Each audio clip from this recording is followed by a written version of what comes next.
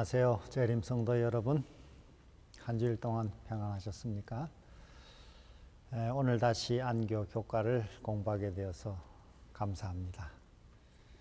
오늘은 제10과 성령 말씀 기도에 대해서 함께 살펴보겠습니다. 지난주에 우리는 성령과 교회라는 주제로 성령께서 교회의 창시자시요 또 교회의 구성원인 우리 그리스도의 몸의 지체인 우리 모든 성도들을 연합시키시는 분이라는 것을 공부했습니다. 오늘 먼저 이 성령 말씀 기도 주제의 기억절을 보겠습니다. 이와 같이 성령도 우리 연약함을 도우시나니 우리는 마땅히 기도할 바를 알지 못하나 오직 성령이 말할 수 없는 탄식으로 우리를 위하여 친히 간구하시느니라. 마음을 살피시는 이가 성령의 생각을 아시나니 이는 성령이 하나님의 뜻대로 성도를 위하여 간구하심이니라. 로마서 8장 26절 27절의 말씀입니다. 참 귀한 약속입니다. 성령 하나님은 우리 연약함을 도와주신다 이렇게 씁니다. 거기 도우시나니 하는 것은 헬라 말로는 순 안티 람바노마이 이 세 말이 합쳐진 것이죠. 그래서 상대편에서 상대 반대쪽에서 함께 붙들어주다, 도와주다 그런 뜻입니다. 이게 신약 성경에 딱 두 군데 사용되었는데 여기 한 군데와 또 누가복음 10장 40절에 이 마르다가 동생 마리아를 향하여 예수님께 나를 도와주라 하소서 이렇게 할 때 거기 한번 나옵니다. 이처럼 성령은 우리 연약함을 도와주시는 분이죠. 우리가 육체적으로 연약할 때든 정신적으로 연약할 때든 또 사회적으로 연약할 때든 경제적으로 연약하든 우리의 모든 면의 연약함을 도와주시는 전능하신 하나님이십니다. 이와 같이 성령도 우리 연약함을 도우시나니 또 우리가 마땅히 빌 바를 알지 못하나 성령께서 말할 수 없는 탄식으로 우리를 위하여 친히 간구하시느니라. 중보 기도해 주시는 분이시죠. 누군가가 우리를 위해 이렇게 중보한다는 것은 얼마나 큰 은혜가 되는지 알 수 없습니다. 사실 우리가 예수님을 믿고 구원 얻게 되는 것은 내 자신의 어떤 그 공로나 또 스스로의 능력이라기보다는 누군가의 중보의 기도의 결과라고 할 수 있습니다. 먼저는 우리 삼위 하나님이 우리를 위해 중보하시고 또 우리 부모가 우리를 위해 중보하시고 또 우리를 아는 어떤 선생님이든 또 친척이든 친구든 정말 우리 먼저 그리스도를 아는 사람에 의해서 우리는 중보 기도를 받고 구원 얻게 되는 것이라고 보여집니다. 성경에 보면은 이 성령께서 이렇게 우리를 위해 중보하신다는 이 말씀이 있을 뿐만 아니라 예수 그리스도도 우리의 중보자다 이런 말씀이 있습니다. 예를 들면은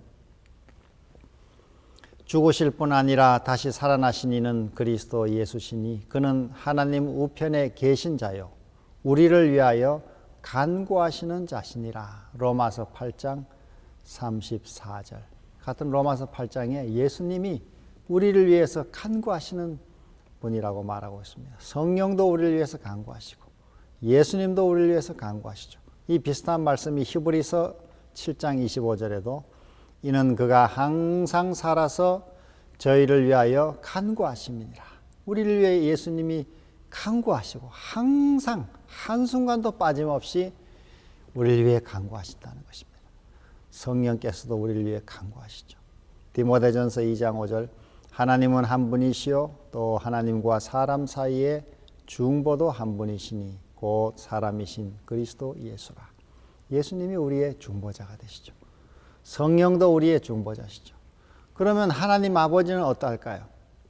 저 다니엘 7장 22절에 보면은 옛적부터 항상 계신 자가 와서 지극히 높으신 자의 성도를 위하여 신원하셨고 여기에 지극히 예적부터 항상 계신 자라고 하는 말은 다니엘 같은 7장 9절에 보면 아버지 하나님을 가리키고 있습니다. 또 우리 각 시대의 대쟁투 479페이지에서도 이 옛적부터 항상 계신 자는 성부 하나님이라고 말하고 있습니다. 그래서 성부 하나님께서도 우리를 위해 신원해 주시는 분이십니다. 그러므로 이 삼위 하나님은 모두가 우리를 위하여 간구하시고 중보하시는 분이라고 하는 사실이죠. 이거 참 놀라운 사실입니다. 삼위 하나님께서 전능하신 하나님이 우리를 위하여 이렇게 귀한 관심을 가지고 간구하신다는 사실, 우리가 이것을 항상 기억하고 생활하도록 해야 되겠습니다. 여기 본문의 말씀, 진정한 영성과 기도는 바늘과 실 같은 관계이다. 열렬한 기도 생활이 없이 진정으로 영적인 삶은 불가능하다. 회개의 필요성 다음으로 가장 절실한 필요 중 하나는 기도 생활의 부흥일 것이다. 다행스럽게도 우리는 성령의 도움 없이 홀로 기도하지 않는다. 성령께서 우리의 기도 생활을 도와주시고 친히 우리를 위해 기도하신다는 이 은혜를 우리가 늘 기억하고 우리도 무시로 성령 안에서 기도하는 우리 삶이 되어야 되겠습니다. 첫째 날, 하나님을 기쁘시게 하는 기도. 너희가 내 안에 거하고 내 말이 너희 안에 거하면 무엇이든지 원하는 대로 구하라. 그리하면 이루리라. 요한복음 15장 7절. 하나님을 기쁘시게 하는 기도는 어떤 기도일까요? 여기 본문에 있는 대로 너무도 자주 우리는 우리의 기도가 하나님이 원하시는 것보다 우리가 원하는 것에 훨씬 더 집중되어 있습니다. 그러나 하나님을 기쁘시게 하는 기도는 이 초점이 다르다 이렇게 지적합니다. 다시 말해 하나님을 기도의 중심으로 삼으면 우리는 그분의 관점에서 기도하기 시작할 것이다. 그리고 그분의 시선에서 우리의 삶을 바라보기 시작할 것이다. 이러한 관점은 우리의 기도를 고상하게 한다. 그래서 우리가 기도할 때 내 중심, 내 관점, 내 시선만을 가지지 말고 하나님 중심, 하나님 관점, 하나님의 시선에서 우리 삶을 보고 기도하는 것이 필요하다는 것이죠. 이게 하나님이 기뻐하시는 기도라고 할 수 있겠습니다. 여기 우측에 기도는 하나님이 아니라 우리를 변화시킨다. 왜냐하면 우리가 기도할 때에 삶을 변화시키는 하나님의 임재 속으로 들어가기 때문이다.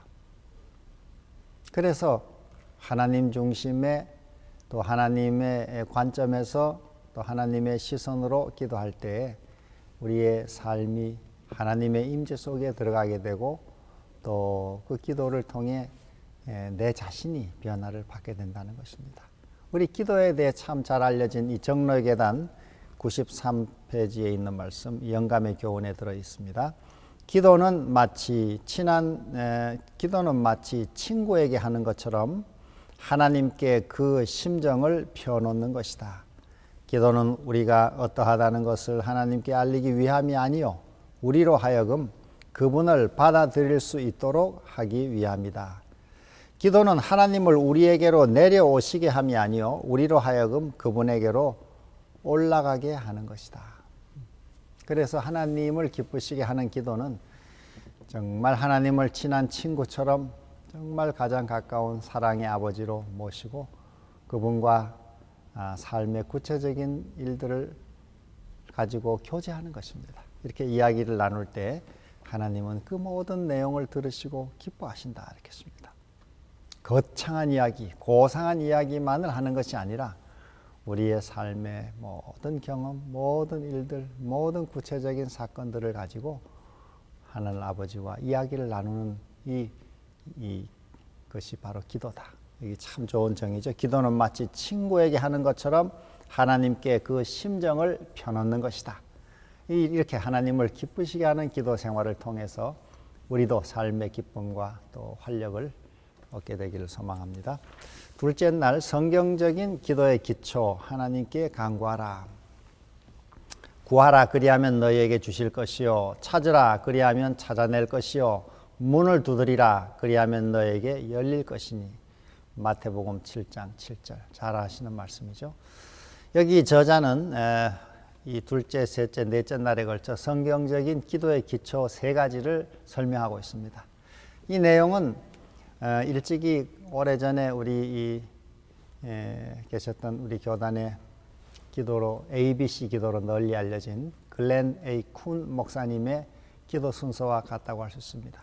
기도의 중요한 요소 세 가지를 A, B, C, 영어의 A, B, C 머리 글자를 따서 이렇게 정리했는데 첫째가 ask, 구하라, 구하라는 것입니다. 여기에 첫 번째 요소 마태 7장 7절에 구하라, 그리하면 너에게 주실 것이요.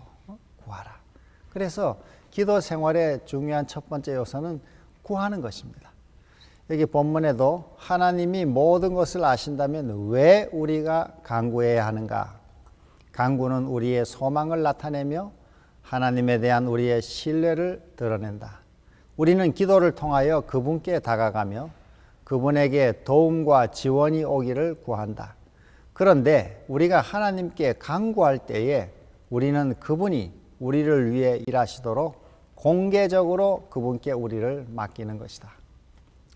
자, 우리가 이렇게 구한다고 하는 것은 하나님이 물론 구하지 않아도 우리의 처지를 다 아시지만은 우리가 구한다고 하는 것은 하나님을 신뢰하는 표시요 또 우리의 소망을 나타내는 것입니다. 우리가 다 자유의지를 받았기 때문에 우리가 구함으로 우리의 이 소망을 나타내고 하나님께 대한 신뢰를 나타내는 중요한 표시가 구하는 것입니다.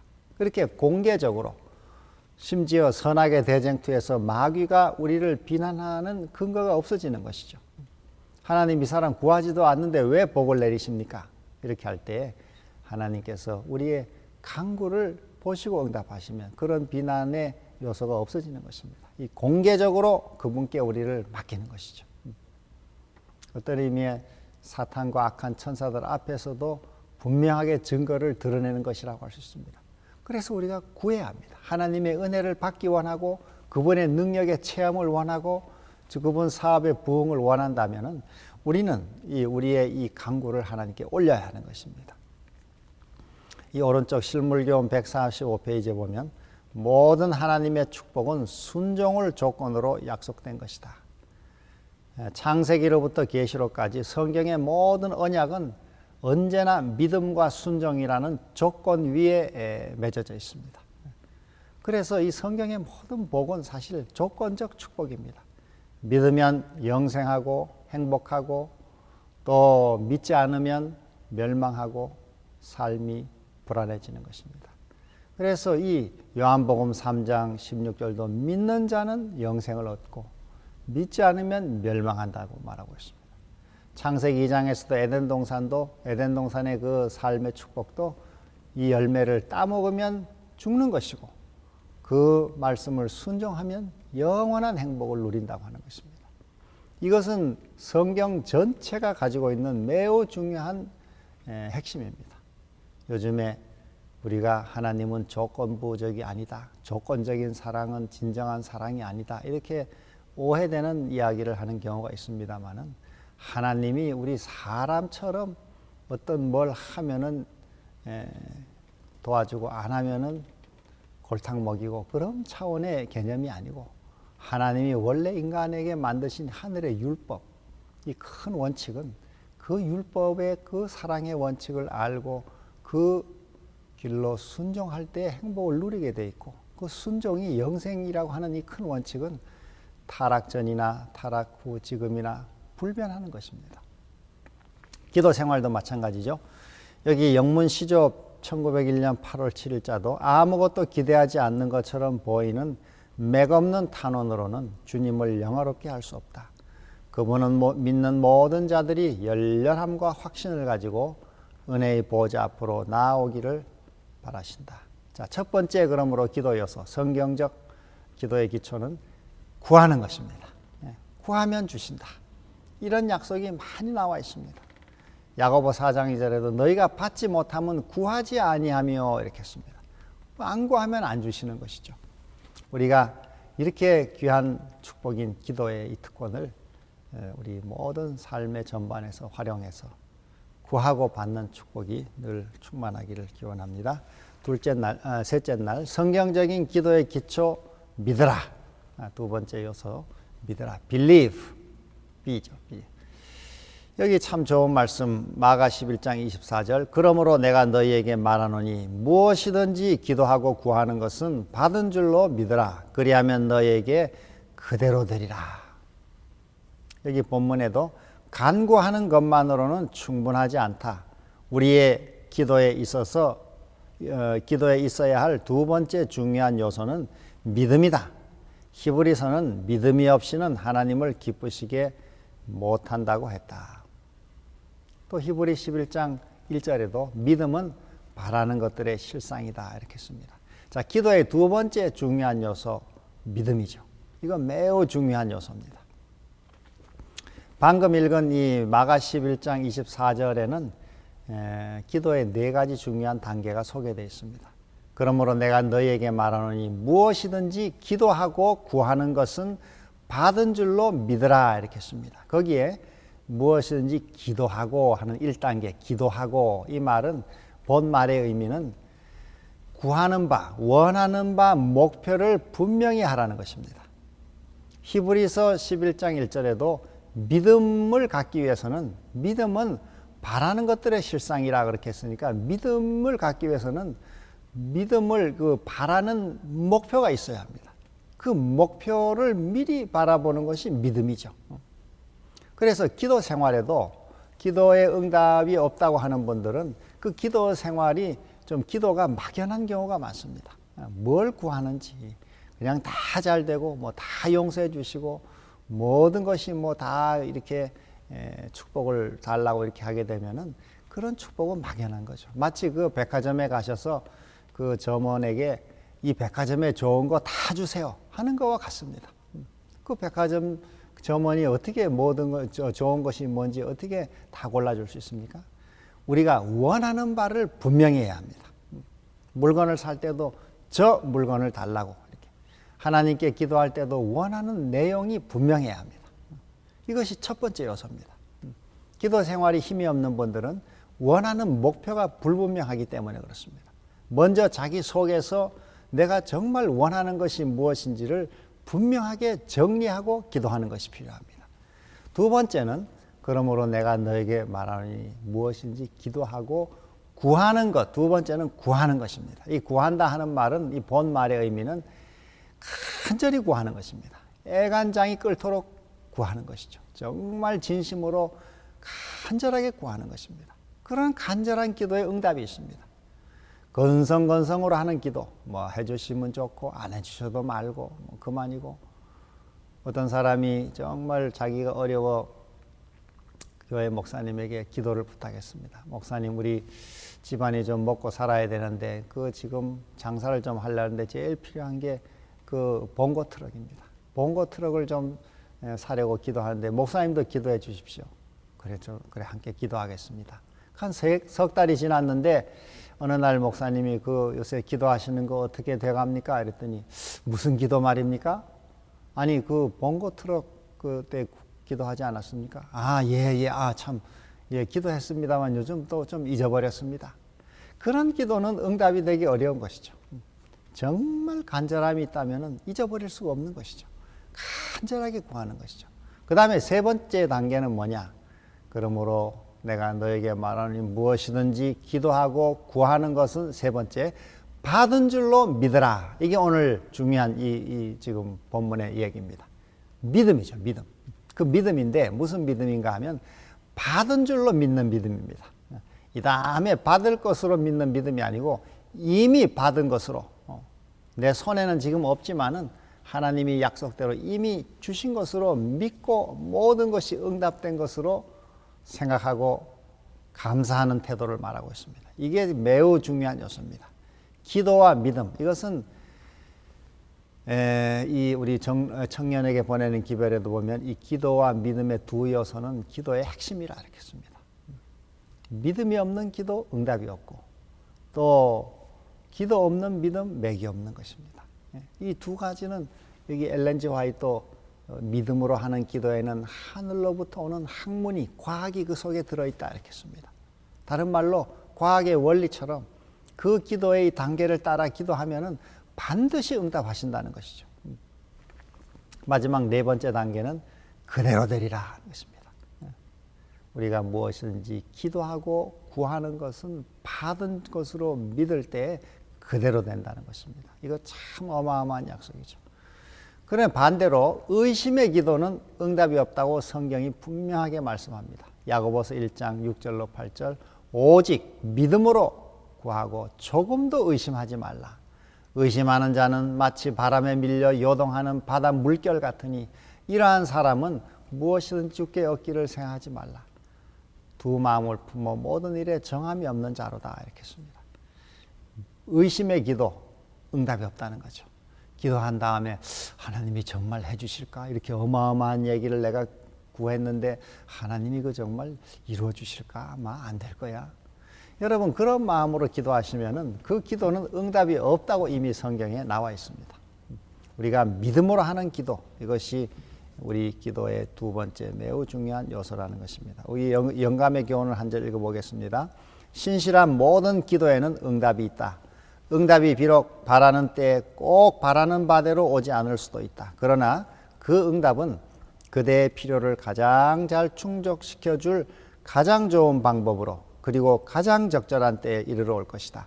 고독한 때와 필요한 때에 또는 시험 당하는 때에 드리는 기도가 항상 기대하는 바대로 응답되지는 않을지라도 항상 그대에게 유익이 되도록 응답된다. 청년에게 보내는 기별 250페이지 참 좋은 말씀입니다. 우리 믿음의 기도를 우리가 늘 올릴 수 있기를 바랍니다. 넷째 날 성경적인 기도의 기초 하나님의 약속을 주장하라. C. 클레임이죠. 클레임. 우리 기도의 3요소 A. ask. 구하라. 둘째 believe. 믿으라. 셋째 claim. 주장하라. 하나님의 약속대로 이루심을 주장하라. 여기 요한일서 5장 14, 15절 그를 향하여 우리의 가진 바 담대함이 이것이니 그의 뜻대로 무엇을 구하면 들으심이라. 우리가 무엇이든지 구하는 바를 들으시는 줄을 안즉 우리가 그에게 구한 그것을 얻은 줄을 또한 아느니라. 여기 본문에도 기도한 것들을 주장하지 않는다면 믿음은 아무 소용이 없다 이렇게 씁니다. 주장하라는 것입니다. 성경적인 기도의 세 번째 특징은 받음이다. 주장함이죠. 하나님께 간구하고 약속을 믿은 다음 우리는 그분께서 약속하신 것을 주장할 필요가 있다. 우리는 하나님의 약속을 주장하고 그것을 받기 전에 주시리라 믿고 하나님께 감사한다. 그러면 우리 마음이 그 약속들에 몰두한다. 우리는 하나님께서 허락하신 모든 선물을 얻고자 기도할 수 있다. 동시에 우리는 받은 줄로 믿어야 하며 또한 그것을 인해 감사해야 한다. 교육 258페이지. 그래서 우리 세 번째 요소는 주장하는 것입니다. 약속을 주장하는 거죠. 예를 들어 용서의 약속 요한일서 1장 9절을 우리가 믿고 기도한다고 합시다. 만일 우리가 우리 죄를 자백하면 저는 미쁘시고 의로우사 우리 죄를 사하시며 모든 불의에서 우리를 깨끗하게 하실 것이요. 이 약속을 우리가 믿고 구한다면 먼저 하나님 내 삶에 이런 구체적인 죄들을 우리가 주님 앞에 인정하고 열거하고 그 죄에 대한 용서를 구해야 되겠죠. 그리고는 주님이 십자가의 보혈로 그 죄를 이미 치르시고 단번에 속죄를 이루셨음을 믿어야 합니다. 그리고는 이 약속에 옛날 우리 글렌 쿤 목사님대로 그 요한일서 1장 9절을 이렇게 짚고 손가락을 짚고 주님 이 약속에 근거하여 나의 모든 죄를 사하시고 깨끗하게 해주심을 믿습니다. 이미 그렇게 해주셨음을 믿습니다. 저는 이 약속을 주장합니다. 하나님 이렇게 주장하라는 것입니다. 옛날 마르틴 루터가 종교개혁을 할 때 마귀가 나타났습니다. 그가 양팔에 두루마리 두꺼운 큰 두루마리를 두 개를 들고 왔는데 루터 앞에 나타나더니 말하기를 루터야 이게 뭔지 아느냐? 루터가 말하기를 그게 뭐냐? 그랬더니 마귀가 말하기를 이게 다 너의 죄란다. 그러면서 두루마리를 쫙 펼쳤는데 거기에 깨알 같은 글씨로 루터가 지은 모든 그 부끄러운 죄가 다 써 있었습니다. 이쪽 두루마리도 가득. 이렇게 죄가 많은 인간이 무슨 종교개혁을 한다고 나서느냐. 다 그만두고 집에 가서 쉬어라 그렇게 했습니다. 그러자 루터가 말하기를 그 두루마리 두 개가 내 모든 죄의 전부냐. 그랬더니 마귀가 왜 이게 전부겠느냐? 또 가져왔습니다. 또 두루마리를 펼쳤더니 죄가 가득 기록되어 있습니다. 이것도 다 너 죄지? 그렇다고. 이렇게 죄 많은 인간이 무슨 하나님의 사업을 한다고 설치느냐? 다 그만두라고. 그런데 루터가 그 모든 죄를 기록한 두루마리를 받아 제일 끝에다가 이 모든 것이 다 나의 죄인 것을 내가 인정하노라. 그러나 성경 요한일서 1장 9절 만일 우리가 우리 죄를 자백하면 저는 미쁘시고 의로우사 우리 죄를 사하시며 모든 불의에서 우리를 깨끗게 하실 것이요 하는 약속에 따라서 나의 이 모든 죄가 다 사해졌음을 내가 믿노라 이렇게 썼다는 거예요. 그랬더니 마귀가 도망갔다는 것입니다. 그 죄를 가리키던 손가락을 치우라 하면서 이 언약을 주장했더니 그 주장하는 루터의 믿음의 주장에 사탄이 도망갔다는 것입니다. 예수님도 사탄을 물리쳤을 때는 언제나 기록되었으되 하는 하나님의 언약을 주장하는 것입니다. 오늘 우리의 기도 생활에도 중요한 세 번째 요소는 주장하라 하는 것입니다. 이런 믿음의 주장을 우리가 가져야 되겠습니다. 여기 영감의 교훈에 실물교훈 172 주께서는 환난 날에 나를 부르라고 말씀하셨다. 그는 우리에게 항상 기도하라고 하신다. 어려운 일이 생길 때에 우리는 곧바로 그분에게 진지하고 열렬한 호소를 해야 한다. 우리는 끈기 있는 기도로서 하나님께 대한 우리의 강한 믿음의 증거를 나타내야 한다. 우리의 필요를 아는 것이 우리로 하여금 간절히 기도하게 할 것이며 우리의 천부께서는 우리의 간구를 긍휼히 여기실 것이다. 자, 그 다음 다섯째 날 성령을 구하는 기도. 그의 영광의 풍성을 따라 그의 성령으로 말미암아 너희 속사람을 능력으로 강건하게 하옵시며. 바울은 에베소 3장 16절에서 성령으로 말미암아 너희 속사람을 능력으로 강건하게 해달라고 기도했습니다. 이 속사람, 이 내적인 자, 또 뭐 다른 말로 또 우리 셀프 이미지라고 할 수 있겠죠. 자기가 자기 속에 이해하는 자아가 있습니다. 우리 삶을 고치는 중요한 비결은 이 셀프 이미지를 바꾸는 것입니다. 자기가 스스로에 대해서 나는 의지력도 약하고 말도 못하고 남 앞에 나서지도 못하고 뭐 어떤 일도 뭐든지 나는 잘 추진도 못하고 능력이 없다고 무능하다고 이렇게 생각하면은 그 무능감에 빠지게 되면은 실제 몸은 허우대가 멀쩡하고 건강하고 이목구비가 뚜렷하고 잘생겨도 그 사람은 아무 역할을 맥을 못 쓰게 되어 있습니다. 그러나 신체 조건이 참 불리하지만은 그 내적 자, 속 사람이 강건한 사람은 많은 큰 일들을 정상인이 할 수 없는 일들을 하는 경우들을 왕왕 봅니다. 우리나라에도 그 책이 번역되고 또 많은 강연으로 알려진 이 닉 부이치치라는 사람은 이 손발이 다 없고 참으로 불리한 이 신체 조건을 가지고도 바다 서핑도 하고 또 수많은 사람이 강연도 하고 책도 저술하고 또 여러 해 전에는 결혼도 해서 자녀도 낳고 정말 불가능을 이겨내는 모습을 보게 됩니다. 이 속사람이 강한 것이죠. 오늘 우리는 이 성령을 구하라는 것입니다. 왜냐? 성령께서 너희 속사람을 능력으로 강건하게 해주신다는 것입니다. 마귀가 우리를 공격하는 것은 이 겉사람, 이 겉에 있는 신체를 와서 뭐 주먹으로 친다든지 뭐 이렇게 앞에 나타나서 우리를 괴롭힌다든지 이런 경우는 거의 없습니다. 물론 사람을 통해서 일하기는 하지만은 그러나 대부분은 모든 이 순간순간 사탄은 우리의 이 속사람, 정신세계를 공격합니다. 생각으로 심리적 공격을 하는 것이죠. 물리적 공격보다는 주로 사탄의 시험은 심리적 공격이라는 것을 기억해야 합니다. 생각으로 공격하는 것입니다. 요한복음 13장 1, 2절에도 이 가룟 유다에게 마귀가 예수를 팔려는 생각을 넣었다 이렇게 합니다. 이 생각으로 공격하는 것이죠. 생각으로 불안하게 하고 생각으로 자존심 상하게 하고 생각으로 이 정말 억울하게 느끼게 하고 그래서 사람들이 이 생각 때문에 자살하고 죽어버리는 것입니다. 우울증에 빠지는 것이죠. 그래서 우리는 이 속사람을 관리해야 합니다. 건강한 신앙생활을 위해서는 그런데 이 속사람을 누가 강건하게 해주시느냐? 성령으로 성령께서 우리 속사람을 강건하게 하신다는 것이죠.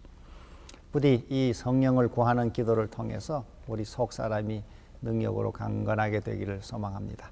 여기 본문에도 우리가 기도해야 할 것은 많다. 그러나 우리가 살고 있는 이 위태로운 시기에 정말 필요한 것은 하나이다. 그것은 성령이다. 이것이야말로 예수님이 주실 수 있는 가장 큰 선물이다. 하나님은 우리에게 성령보다 더 좋은 것을 주실 수 없다. 이 선물에 더 보태야 할 것이 없다. 신성 자체에 무엇을 더할 수 있겠는가? 성령과 그분의 사역을 통해서 우리의 삶에 필요한 모든 것들이 충족된다. 성령을 얻는다면 다른 모든 복이 딸려온다. 이 성령은 마치 기차의 앞에 기관차와 같습니다. 그 기관차가 있으면 뒤에 한 50량 되는 많은 화차들이 끌려가는 것이죠. 마치 성령 하나님을 우리가 구하면은 전능하신 하나님이 우리와 함께 하시면은 그 뒤에 여러 화차들, 건강이든 재물이든 사업의 성공이든 인간관계의 형통이든 자녀들의 문제든 가정생활이든 직장이든 모든 다른 따라오는 것들이 그 뒤에 복을 이렇게 복들이 따라오게 되어 있습니다. 우리도 먼저 이 성령 하나님을 날마다 모시는 기도를 해야 되겠습니다. 이 오른쪽에도 다른 영적 사물과 마찬가지로 성령의 선물은 그 자체가 목적이 아니다. 성령은 예수님을 높이고 우리의 삶 속에 그리스도의 품성을 재생산하며 우리로 하여금 다른 이들을 섬김으로 그리스도의 몸인 교회를 세우도록 하기 위해 주어진다. 우리 제일 아래 영감의 교훈. 하늘아버지는 지상의 부모들이 그들의 자녀들에게 좋은 선물을 주기 원하는 것보다 더욱 그분에게 간청하는 자들에게 성령을 주시기 원하신다. 이 약속을 기억하고 우리도 날마다 성령 하나님을 구하고 또 모심으로써 우리의 삶에 다른 많은 축복을 경험하고 또 이런 큰 복을 이웃들에게 널리 나누는 우리 삶이 되기를 소망합니다. 우리 다음 주에는 11과 성령을 거역하고 슬프시게 하는 것이 무엇인지, 성령을 소멸하고 모독하는 것이 무엇인지 우리가 공부하고 그것들을 피하는 공부를 또 하도록 하겠습니다. 우리 한 주 다 평안하시기를 바랍니다. 감사합니다.